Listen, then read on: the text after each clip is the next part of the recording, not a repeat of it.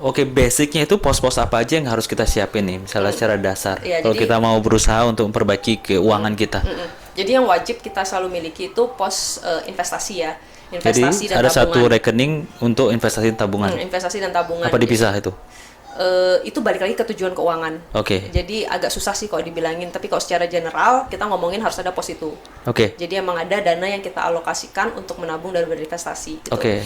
Terus yang kedua yaitu pasti pos untuk kehidupan sehari-hari. Oh, berarti untuk gaya Iya. hidup dan Nggak di bukan luar gaya hidup sih, makanan untuk kebutuhan pokok ya. kebutuhan Primer, pokok. primer. Untuk kebutuhan primer, betul. Oke. Terus yang ketiga kalau memang ada cicilan itu memang langsung di setup sendiri. Jadi Pos kita untuk cicilan. jadi untuk kewajiban hutang kita Hutang, apapun ya. itu biar bisa dibayar. Terus yang baru berikutnya kita ngomongin lifestyle, terus ya boleh education yang kayak gitu-gitu. Ya. Silahkan punya pos sendiri. Cuman sih rata-rata yang sama satu basic lagi itu. sedekah. Oh, sedekah. Jadi biasanya sih ada orang yang sedekah dimasukin ke needs-nya langsung, ada yang mau Oh, dipisah. Itu kembali ke kepercayaan masing-masing. Oke, karena pasti kalau kita bersedekah pasti juga rezeki kita akan dilancarkan gitu ya. Jadi harus punya basicnya pos-pos seperti itu dan baiknya langsung diotomatis. Kalau nggak otomatis pun ya kita sendiri langsung disiplin berbagi. Pertanyaannya berapa persen, berapa persen, berapa persen, berapa persen, berapa persen. Oke, jadi kalau sebenarnya ini banyak banget ya. Jadi ingat kita tuh nggak stuck di percentage-nya. Jadi Yeah. itu hanya lebih sebagai guideline-nya aja. Iya, iya. Yang paling basic dan yang paling gampang diingat itu 50-30-20. 50, 30, 20. Itu paling gampang diingat. Oke. Itu jadi paling basic yang banyak orang ngomongin. 50-30-20. 50 Oke. itu needs, Needs, 30 itu wants, wants, 20 itu savings. saving. Savings Oke. and investing. Jadi itu yang paling gampang. Tapi pada kenyataannya kalau mau lebih needs, maksudnya dalam artian wants-nya bisa ditekan, sebisa mungkin ya kita tekan wants-nya karena Iya, itu kan iya, sekunder ya. iya, betul, betul, Dan betul. kita perbesar savings-nya itu. Iya. Tapi itu balik lagi, jadi nggak harus kita saklek sama presentasenya, tapi at least kita tahu sekarang kita posisi presentasenya tuh ada di mana. Jadi jangan sampai kita nggak tahu. Jadi banyak orang yang bikin budgeting itu dia asal nyomot angka. Jadi dia oke, misalnya dia pendapatan let's say 10 juta, terus dia asal nyeplokin aja 5 jutanya buat needs. Iya. Tapi turns out ternyata dia perlu hidup tuh 6 juta atau 7 juta karena anaknya banyak mungkin. Iya, Kan betul, bisa betul, jadi bisa kebutuhan jadi. keluarga kan ini. Iya. Itu jadi kan jadi nggak realistis. Karena ya itu kita nggak punya data awalnya. Jadi nyatetnya sebelumnya itu Nyatetnya nggak nggak ada. ada. Jadi itu juga nggak bagus. Jadinya kita jadi under budgeting kan modelnya Benar, seperti benar, itu. benar. Jadi makanya itu penting banget punya data awalnya dulu, baru kita bisa bikin alokasinya. Cuman Ya. idealnya kalau ditanya berapa presentasenya, itu yang paling basic banget 50-30-20 itu. I see. Jadi kalau misalnya tiba-tiba kalau ya kita kan nggak tahu ya, tiba-tiba anak sakit gitu, berarti kan itu masuknya ke mana cadangan Dana yang darurat dipakai dan asuransi. Oh, aneh. Ya buru-buru punya asuransi ya, orang duitnya pas-pasan ya gitu ya masih ini ya oke ya kayak tadi bilang ini basicnya, tapi kalau emang ada dana lebih ya kita harus set up Iya. untuk proteksi. Betul. Asuransi. Nah, itu bisa digabung juga ke bagian needs tadi itu. Bagian Karena, needs, oke. jadi udah dihitung di sana, itu bisa. Terus kalau kita ngomongin back lagi ya sebelum kita ngomongin budgeting, yaitu kita harus punya fondasi keuangan. Fondasi Keuangan itu termasuk yaitu di dana darurat dan asuransi. Jadi Nah. kalau dana darurat itu kan orang mungkin sudah banyak yang tahu, paling Ya. nggak kita siapin kalau single itu misalnya 3 bulan, terus kalau sudah Ya. punya pasangan jadi 6 bulan sampai 12 bulan umumnya. Kalau punya anak Kalau punya anak jadi 9 sampai 12 bulan. 12 bulan. Oke. Nah, jadi itu balik lagi ke orangnya masing-masing. Sebisa mungkin sih jangan sampai terlalu kecil dana daruratnya, tapi jangan terlalu besar juga. Karena kalau Iya. terlalu besar ditaruh di tabungan juga kan kurang optimal. Betul, gitu. betul, betul. Jadi find your best percentage lah. Jadi sesuai dengan keadaan masing-masing gitu. Cuman Oke. expert memberikan suggestionnya sih di angka sekian ya. Jadi 3 sampai 12 bulan tergantung Oke. dari status. Kemudian itu jadi harus dipenuhin dulu, baru kita bisa ngomongin budgetingnya. Ya, jadi kalau misalnya dana daruratnya belum ada, ya kumpulin dulu dana daruratnya, fullin dulu dana daruratnya, baru kita bisa pindah ke pos-pos yang lain. Terus kalau asuransi misalnya masih belum mampu beli yang swasta, kalau misalnya dari kantor ada ya udah nggak apa-apa pakai di kantor dulu. Misalnya mau pakai BPJS bisa pakai BPJS Bisa dulu. BPJS, Kalau ya. sudah punya budget lebih, baru bisa pakai yang asuransi Betul. swasta. Karena asuransi pun kan juga bisa jiwa, bisa health, bisa ya itu tadi kan jiwa kan UP kan, habis itu health, terus ada orang bilang juga dana pendidikan lah dia di sebagai unit link di asuransi. Itu termasuk di mana? Itu nanti bahasannya panjang. Panjang. Ya udah kita yang basic Oke, dulu ya guys ya. bahasanya panjang. Itu kalau memang ada duit ekstra Ya, bisa jadi betul. digunakan. Betul. Tapi basicnya seperti Tapi basicnya itu. tetap intinya harus punya dana darurat tuh hukumnya wajib bagi semua orang, semua manusia terlepas berapa pendapatan kalian. Oke. Jadi itu hukumnya wajib. Kalau asuransi mungkin masih bisa diakalin pakai yaitu tadi BPJS atau dari kantor. Ya.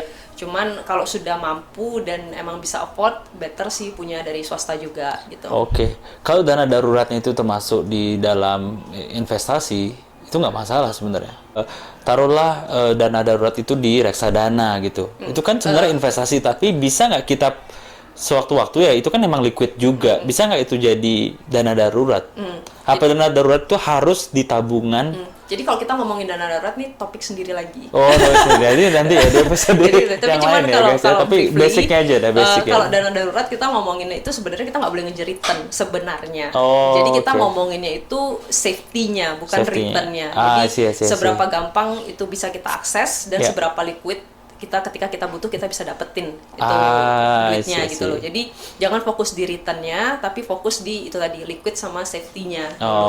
Jadi boleh nggak ditaruh ke instrumen seperti itu? Sebenarnya boleh dan tidak sih kalau tak bilang. Tapi kalau sudah tahu, maksudnya kalau sudah tahu memang cara mainnya jangan semuanya di sana karena kan tetap aja yang namanya kita ngomongin reksadana, even pasar uang pun yang dibilang cukup aman. Tetap ada waktu untuk nariknya, betul. Nggak bisa langsung cair. Nggak bisa. Jadi ada bagusnya kita diversifikasi. Jadi memang ada di tabungan berapa, kalau mau dimasukin ke RDPU ya juga ada berapa di sana gitu. Tapi nggak semua langsung di sana gitu. Harus tetaplah punya yang liquid bener-bener. Kita mau KTM langsung ada gitu duitnya. Oh iya ya. Jadi memang sangat terasa sih, apalagi kayak masa pandemik ini ya. Saya rasa dana darurat keluar sih, karena untuk survive ya kita ya. Jadi di sini mungkin pentingnya untuk dana darurat itu. Nanti bisa jadi topik. Jadi topik pembahasan lagi yang lain ya. Kita tanya banyak aja ke Yuki Karisma ini karena dia memang passion di sana. Jadi bisa membantu banyak orang untuk mendalami finance-nya, memperbaiki. Oh ya, follow ya. Apa Karisma Yuki atau Yuki Karisma? Karisma Yuki. Karisma Yuki. Nanti Kilo Hotel tulis di sini. Alpha. Kilo Hotel Alpha Romeo India Sierra Mama Alpha. India Sierra Alpha. Terus ada Yuki. Iya, Yuki. Ya, YUKI. Ya, betul. Ya, jadi kalian bisa belajar banyak di sana untuk personal finance. Dia passionate untuk bantu kalian lah, bantu kita semua untuk gimana sih manage uang tuh dengan baik. Sebenarnya bikin banyak banget kan investasi atau kayak berupa reksadana, obligasi kan kita kayak orang awam tuh what is this gitu kayak gitu kan. Bahkan orang yang belum pernah mendengarnya pun kayak ini kayak bahasa alien atau apa gitu. Betul. Jadi di sana Yuki juga sering sharing ya soal jadi, itu. saya sih fokusnya juga yang di awam-awam yang masih baru juga ya. Karena saya juga dibilang saya expert itu enggak. Jadi cuman baru maksudnya setiap hari saya senang aja gitu membaca dan belajar tentang ini. Jadi I thought why not I'm sharing this knowledge to others gitu. Jadi kalau masih awam banget saya juga berusaha menulis dengan bahasa yang cukup mudah dimengerti lah. Ya. Karena you know right, the biggest problem adalah the knowledge about the finance itself. Betul, gitu. Soalnya kita juga kalau dengar finance kayaknya takut gitu kan. Kayaknya harus pinter matematika, harus pinter Excel gitu. Padahal ya nggak perlu sih sampai sebegitunya. Kalau kita ngomongin pribadi ya, keuangan pribadi itu bisa dilakukan dengan cukup sederhana sih. Ya, apalagi soal investasi orang juga udah takut ya dengar kata investasi atau apa. Jadi penting guys untuk belajar dan follow aja dah akunnya untuk baca-baca aja di sana banyak knowledge-nya. Oke, untuk saat ini mungkin itu aja. Nanti kalau kalian suka komen ya di bawah ini misalnya kayak buat lagi dong atau kalian mau topik apa tentang duit ya nanti tak tanyain gitu. Ya, nanti kita bisa buat video berikutnya. Jadi untuk hidup kita kalau mau berubah, ekonomi kita mau berubah, memang harus belajar ya. Gimana, ada nggak pesan terakhir deh untuk mereka biar melek semua, biar bisa berubah ekonominya ke lebih baik lagi? Pasti sih namanya kita belajar tuh kayaknya lifetime ya. Jadi kita ketika kita ngomongin belajar tuh kayaknya seumur hidup banget. Dan kalau kita ngomongin masalah keuangan itu memang kita nggak diajarin di sekolah. So that's why we have to even pay more attention to it gitu. Jadi sebisa mungkin sekarang udah banyak banget account yang ngajarin tentang personal finance. Jadi feel free cari informasi dimanapun aja, cuman tetap selalu belajar tiap hari gitu. Nah, jadi harus selalu belajar tiap hari. Jangan pernah ya nabung aja dah gitu. Ingat pesan dulu, nabung aja. Sekarang evolve guys. Sekarang zamannya sosial media, zamannya internet ini justru informasi di luar sana banyak banget. Dan gratis lagi. Betul. Ya. Jadi aman banget kalau nggak dipakai. aman banget kalau nggak dipakai. Oke, thank you banget Kiki sudah hadir di sini. Iya, sama-sama. Ya, semoga bisa membantu kalian semua. Iya, Oke. semoga bermanfaat. Semoga bermanfaat dan ekonomi kita semua bisa berubah dan meningkat ke lebih baik lagi. Oke, sampai jumpa di episode selanjutnya. Bye bye.